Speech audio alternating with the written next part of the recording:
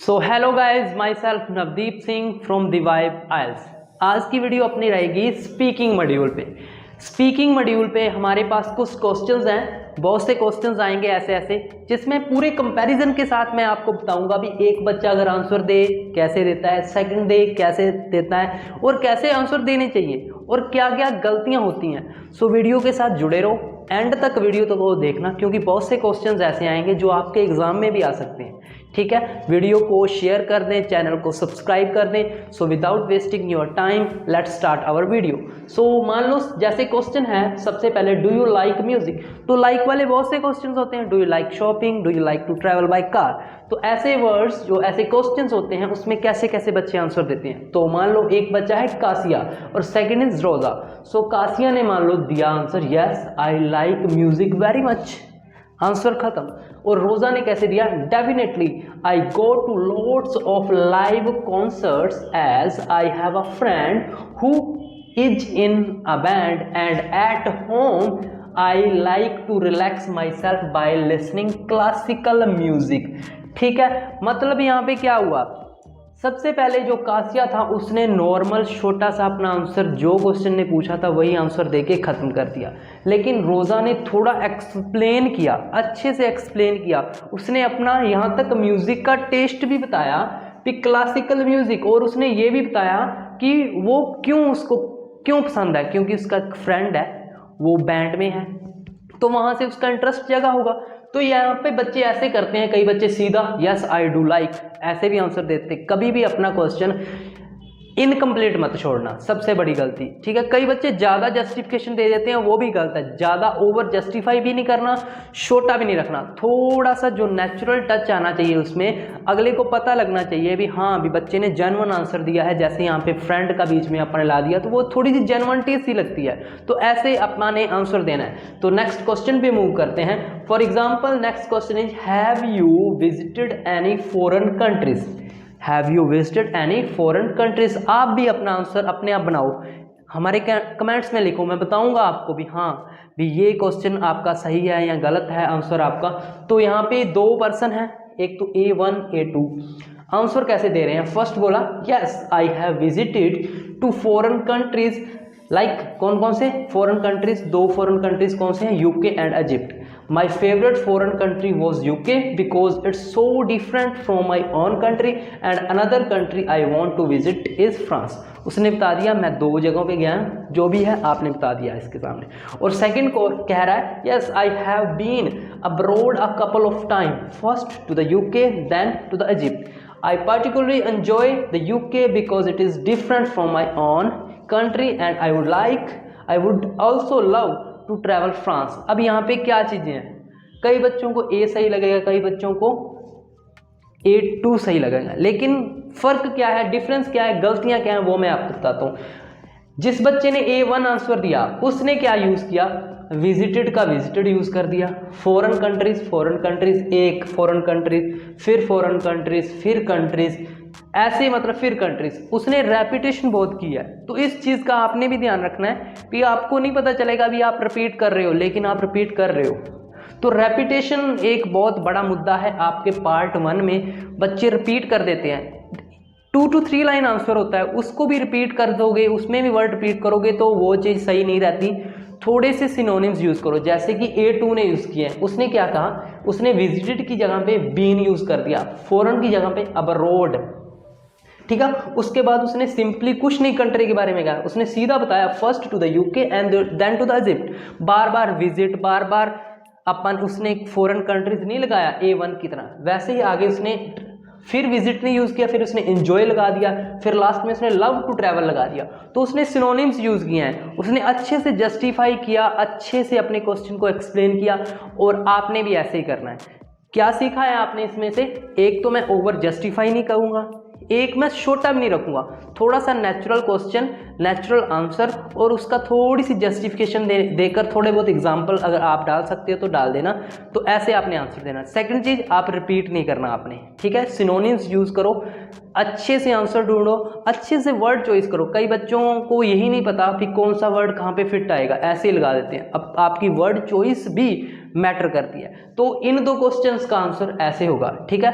अब आप मूव करते हैं अपने नेक्स्ट क्वेश्चन पे। Our next question is, question क्या है, how long have you been learning English, है ना। भी कब से आप इंग्लिश लर्न कर रहे हो, टाइम के बारे में पूछ रहा है। तो यहाँ पे दो हैं बंदे, एक तो है तारिक, सेकंड इज हसन, ठीक है। तो तारिक ने आंसर दिया, I began studying English at school when I was just 6 years old and I have been working on my language skills ever since। And उसके बाद बोला, I am 27 now and I have been an English student for 21 years।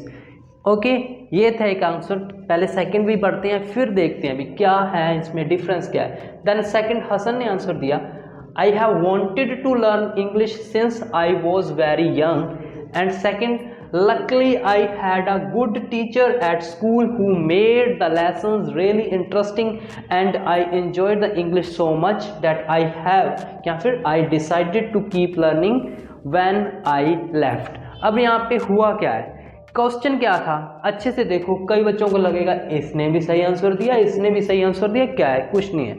लेकिन यहाँ पे हुआ क्या है, question क्या था, कब से आप इंग्लिश लर्न कर रहे हो, कब से, टाइम पूछा है। तो ये तो था जो तारिक, उसने तो बता दिया भी मैं कब से सीख रहा हूँ, जब मैं 6 years old का था, ठीक है। अब मैं 27 साल का हो चुका हूँ, लेकिन मैं इंग्लिश जब से सीख रहा हूँ, मुझे 21 ईयर से मुझे इंग्लिश की प्रैक्टिस हो चुकी है, 21 साल, ठीक है। लेकिन जो हसन था उसने क्या किया, उसका बिल्कुल ही टास्क रिस्पॉन्स ही गलत है।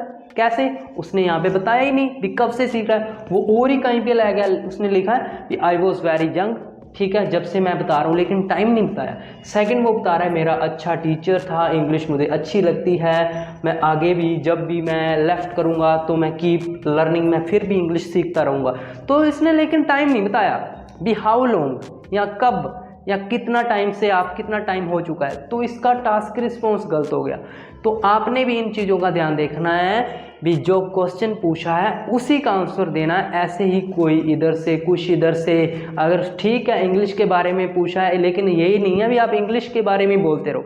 क्वेश्चन हाउ लॉन्ग था, तो उस चीज़ पे आपने अच्छे से ध्यान देना भी आपका टास्क रिस्पॉन्स गलत ना हो। अगर टास्क रिस्पॉन्स गलत हो गया, वो कैप का भी कोई फ़ायदा नहीं है, सेंटेंस फॉर्मेशन का भी फ़ायदा नहीं है, टास्क रिस्पॉन्स सही होना चाहिए, ठीक है। तो अब मैं आगे जो वीडियो अपनी आगे जाएगी उसमें आपको बताऊंगा भी कैसे आप आइडियाज़ को एक्सप्लेन करना है, कैसे कैसे अपने आंसर को एक्सप्लेन कर सकते हैं, किन किन तरीकों के साथ। सो वीडियो के साथ जुड़े रहें, let's see. So 7 ways to develop an extended answer. तो यहाँ पे मैं 7 तरीके बताऊंगा आपको भी कैसे कैसे आप अपने आंसर को एक्सटेंड कर सकते हो, बड़े अच्छे तरीके से एक्सटेंड कर सकते हो, आप कभी भी ब्लैंक नहीं होंगे, ठीक है। तो ये 7 तरीके क्या हैं, सबसे पहली बात, सबसे पहला तरीका एक्सप्लेनेशन। बताऊंगा मैं आपको, पूरा एग्जाम्पल के साथ बताऊंगा, जुड़े रहो। Explanation. Second is combined detail देकर। थर्ड कोई भी एग्जाम्पल डालकर। फोर्थ फ्रीक्वेंसी बताएंगे ये भी। Then fifth is contrast. Six is past के साथ कंपैरिजन कर कर, और सेवन्थ के साथ फ्यूचर, भी फ्यूचर से रिलेट करके अपने आंसर को। तो होगा क्या इन 7 तरीकों से, मैं आपको बताता हूँ।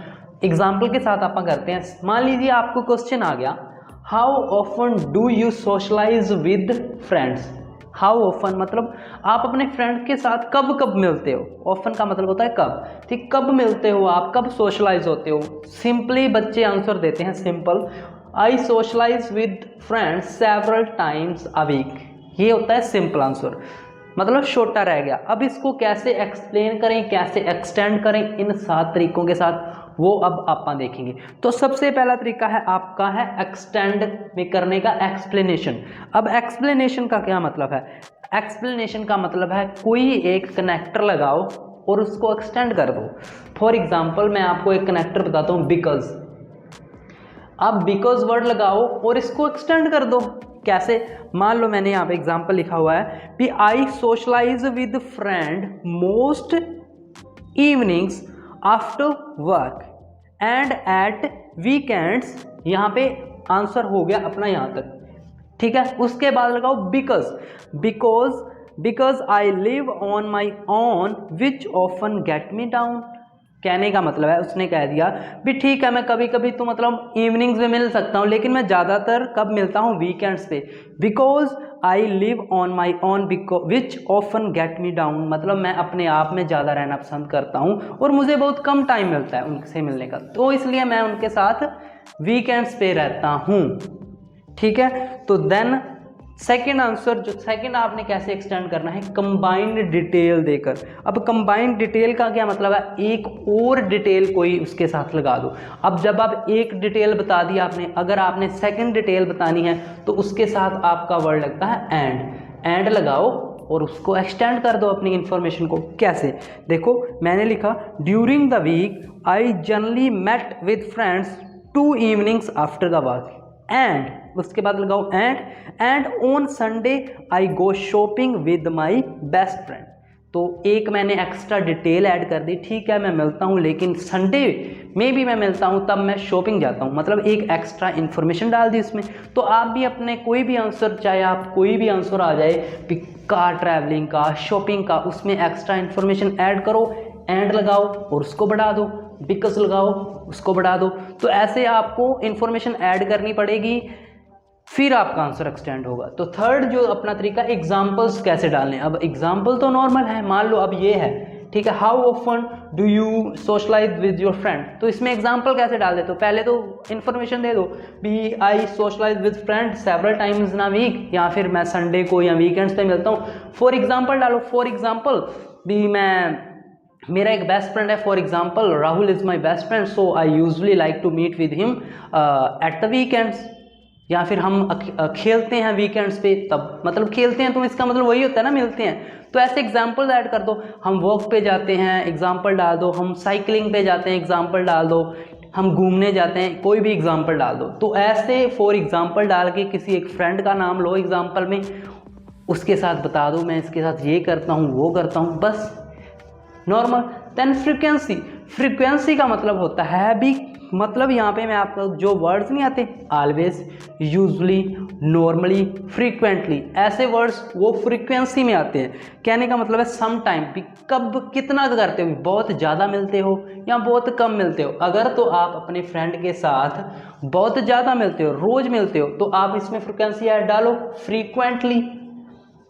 फ्रीक्वेंटली, या फिर आप डालो यूजली, या फिर आप डालो डेली, या फिर आप डालो नॉर्मली। भी मैं नॉर्मली अपने फ्रेंड के साथ मिलता हूँ, कोई एक फ्रीक्वेंसी डाल दो, ठीक है। भी या फिर आप, कई बच्चे ऐसे होते हैं भी जब मैं, मान लो आप स्टडी कर रहे हो कोई दिल्ली में, है ना, भी जब मैं अपने घर पे आता हूँ, when I came to my home या come to my home, I frequently, I usually या I daily meet with my friend. But जब आप वहाँ पे चले जाते हो तब आप मिल नहीं पाते, देन आप फ्रिक्वेंसी क्या ऐड करोगे, रेयरली, भी बहुत कम मिलने का चांस मिलता है। या फिर आप लिखोगे सम टाइम, भी कभी कभार मिल लेता हूँ, ठीक है। तो ऐसी आपको पता होगा, अगर आप बहुत ज़्यादा ऐड मिलते हो तो इनवर्स का यूज़ करो, अगर आप बहुत कम मिलते हो तो इनवर्स का यूज़ करो, once in a week, twice in a week. तो ऐसे आप फ्रिक्वेंसी ऐड करके भी अपने आंसर को इम्प्रेसिव बना सकते हो और उसको एक्सटेंड कर सकते हो। Then next is contrast. Contrast का क्या मतलब होता है, आपको भी पता है। कॉन्ट्रास्ट का मतलब होता है कोई अपोजिट चीज़, है ना, अपोजिट, लाइक कॉन्ट्रास्ट के लिए आप हाउ एवर लगा सकते हो, बट लगा सकते हो, ऐसे वर्ड्स लगाकर अपने आंसर को एक्सटेंड करना। फॉर एग्जाम्पल जैसे आई ट्राई टू मेट या I try to meet up with friends several times a week. मैं ट्राई तो कह रहा हूँ भी कई बार करता हूँ मिलने की, but rarely on Sunday because that when I visit my family, क्योंकि वह वो दिन है जब मैं विजिट करता हूँ अपनी फैमिली। तो जैसे मैंने आपको इसमें बताया था कि अगर आप दिल्ली वगैरह या कहीं पे भी रहते हो तो आप बता सकते हो वैसे तो यार मैं ट्राई तो बहुत करता हूँ लेकिन मुझे मौका ही मिलता है संडे को, तो बट वहाँ पे लगाओ, अपना आंसर लिखो, कॉन्ट्रास्ट ऐसे होता है कंट्रास्ट, ठीक है। और भी कैसे भी लगा सकते हो आप, किसी भी क्वेश्चन में कंट्रास्ट लगा सकते हो, नॉर्मल होता है यार, no issue. Then next is past के साथ कंपैरिजन करके। पास्ट के साथ कंपैरिजन कैसे, पी फॉर एग्जांपल, पहले जैसे बच्चे मान लो अब हैं, बच्चे मान लो आप पढ़ रहे हो, ठीक है। अगर आप पहले फ्री थे तो मैं पहले तो रोज़ मिलता था, लेकिन अब मैं पढ़ाई की वजह से बिजी हो गया हूँ तो मुझे कम मौका मिलता है। तो पास्ट के साथ उसका कंपैरिजन कर दो, नॉर्मल है। I use to socialise with my friend every day. Use to मतलब पहले, पहले तो मैं रोज़ ही मिलता था, but I don't see them so often now that I have a baby and I can't go out in the evening. मतलब उसकी शादी होगी, ठीक है। पहले तो वो रोज़ मिलता था, वेला था, लेकिन अब उसकी शादी हो गई, फैमिली है, तो उसको बहुत कम मौका मिलता है। तो ऐसे आप कंपैरिजन करो पास्ट के साथ, अपने आंसर को एक्सटेंड करो, बहुत अच्छे से आंसर एक्सटेंड होते हैं। देन नेक्स्ट, अपने फ्यूचर के साथ उसका कंपैरिजन, जैसे पास्ट के साथ किया है तो फ्यूचर के साथ भी आप नॉर्मल अपना कंपैरिजन या उसको रिलेट कर सकते हो। जैसे फॉर एग्जांपल वही बात, अब आप अगर आप अब बिजी हो, जब आप फ्री होगे आप कह दो मैं तब मिलना चाहूँगा, ठीक है। जैसे currently I hardly see my friend, अब तो मैं बहुत मतलब मुश्किल से अपने फ्रेंड को मिलता हूँ, क्योंकि I spend my all my spare time studying for my IELTS exam. मतलब मैं सारा टाइम अपना आइल्स एग्ज़ाम की स्टडी में लगाता हूँ। But whenever I get the chance, जब भी मुझे चांस मिलेगा, I will never going to miss that chance. तो मैं कभी भी मिस नहीं करूँगा उस चांस को, मतलब मैं मिलना चाहूँगा ही चाहूँगा जब भी चांस मिलेगा। तो आप ऐसे फ्यूचर से भी अपने आंसर को कंपैरिजन करो, रिलेट करो, उसका कनेक्शन बनाओ और अपने आंसर को अच्छे से एक्सप्लेन करो, एक्सटेंड करो। तो आपको 7 तरीके बता दिए।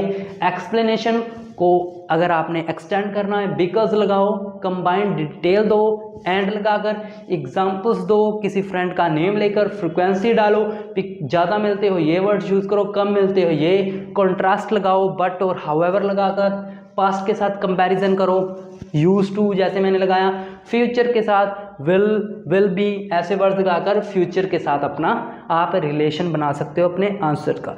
तो ये है अपनी आज की वीडियो।